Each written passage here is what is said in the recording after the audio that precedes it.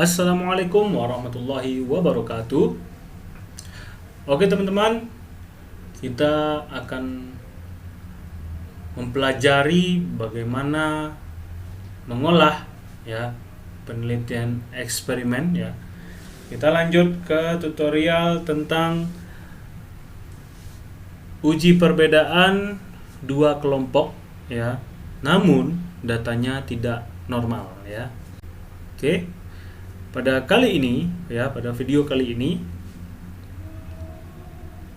uji yang akan kita gunakan adalah uji Mann-Whitney, teman-teman. Ya, uji Mann-Whitney. Yang mana kalau datanya normal berarti kita akan melakukan uji independent sample test ya, jika datanya normal. Namun jika data kita tidak normal, maka kita akan melakukan uji Mann-Whitney ya. Alternatif ujinya adalah Mann-Whitney. Itu. Jadi kita harus uji normalitas dulu. Ingat, untuk eksperimen itu wajib melakukan uji normalitas. Jadi agar kita tahu bagaimana kita menentukan ujinya, apakah parametrik ataupun non parametrik. Baik teman-teman, kita masuk dulu ke dalam teori secara umum tentang Mann-Whitney, yaitu tujuannya sama seperti independent sample test, untuk mengetahui perbedaan dua kelompok yang berbeda ya, artinya responden yang berbeda antara satu kelompok dengan kelompok yang lain. Kemudian syarat asumsinya adalah data tidak berdistribusi normal, sampel minimal adalah di bawah 25, skala data rasio ya. Untuk hipotesa itu sama, yaitu tidak ada perbedaan antara dua kelompok jika H0-nya ditolak. Kemudian ada perbedaan antar kelompok jika HA-nya ditolak ya. Atau kita sederhanakan saja, jika H0 ditolak berarti ada perbedaan. Jika H0 diterima berarti yang digunakan adalah tidak ada perbedaan antar dua kelompok. Baik teman-teman, kita langsung saja mencontohkan ya. Di sini sudah disediakan, ingin melihat skor sikap dari seorang pria atau beberapa pria dan beberapa wanita, di mana sampel di sini adalah 18 orang, yaitu 9 pria dan 9 wanita. Namun aslinya atau sebenarnya tampilannya itu harus dua kolom juga, di mana kolom pertama itu adalah 8 atau 9 pria, kolom kedua adalah 9 wanita. Namun untuk tampilan SPSS sama seperti independen di tutorial yang ke-7 kalau saya tidak salah, atau ke-8 ya.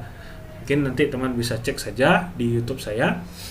Yaitu harus digabung teman-teman ya, harus digabung. Jadi kelompok pertama tadi ada 9 pria, kemudian menyambung kelompok kedua itu 9 wanita, dari nilai nomor 10 sampai nomor 18. Seperti itu teman-teman, tampilannya persis sama, cuma nanti teknik langkahnya saja yang berbeda gitu. Kita mulai ya teman-teman. Untuk langkah yang pertama itu adalah uji normalitas dulu ya. Jadi kita anggap ini sudah datanya tidak normal ya, karena kita langsung ke Mann-Whitney.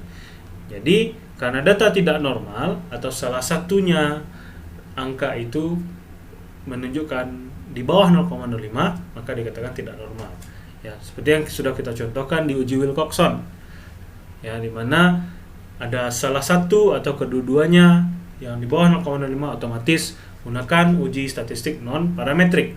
Oke.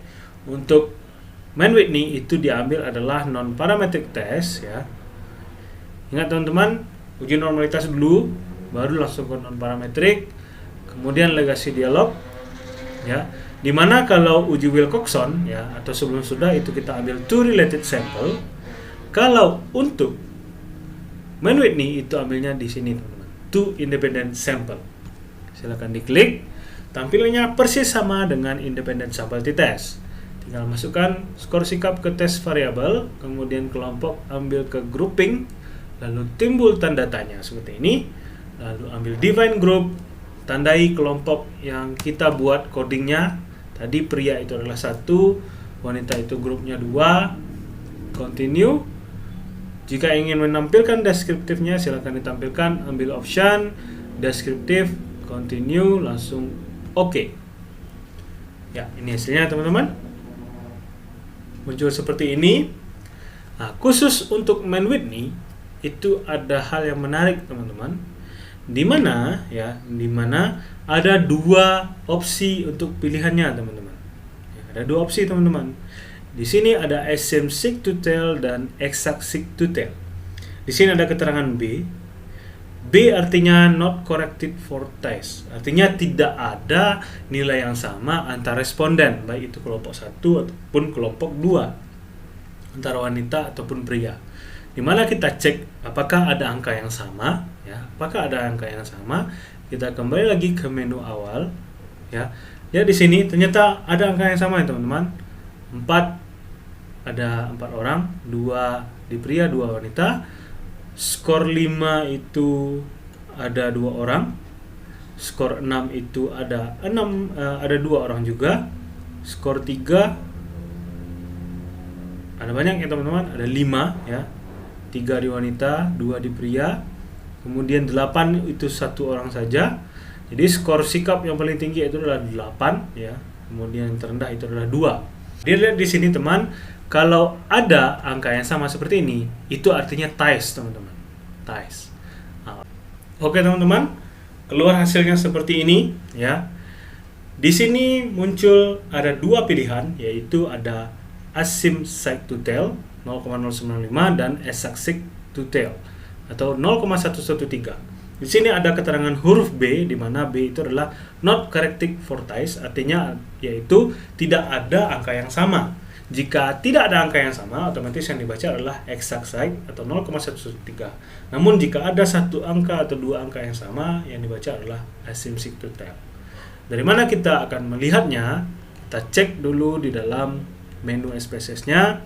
Di sini ada angka 4 yang sama ya, ada 4 orang, 2 wanita dan 2 pria.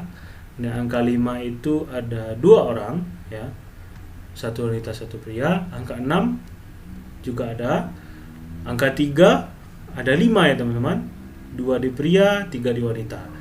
Otomatis itu bisa dikatakan ada ties atau ada angka yang sama ya.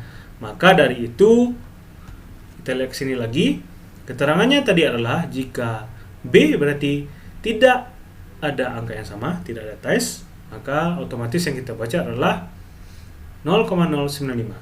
Berarti kita mempunyai data atau angka yang sama. Otomatis kita membaca adalah assume seek to tell 0,095.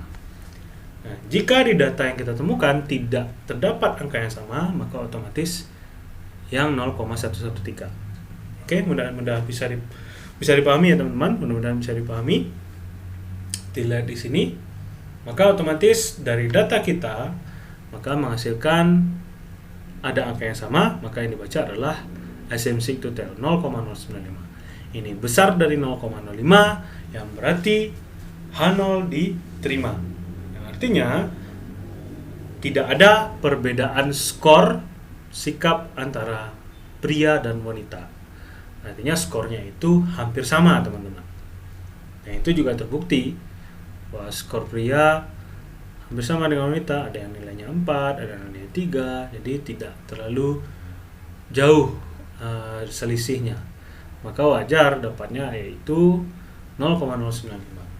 Oke, mungkin itu saja teman-teman untuk tutorial kali ini. Mudah-mudahan sangat bermanfaat dan terbuka pengetahuannya tentang non-parametrik ya, terutama untuk uji perbedaan 2 kelompok yang berbeda ini.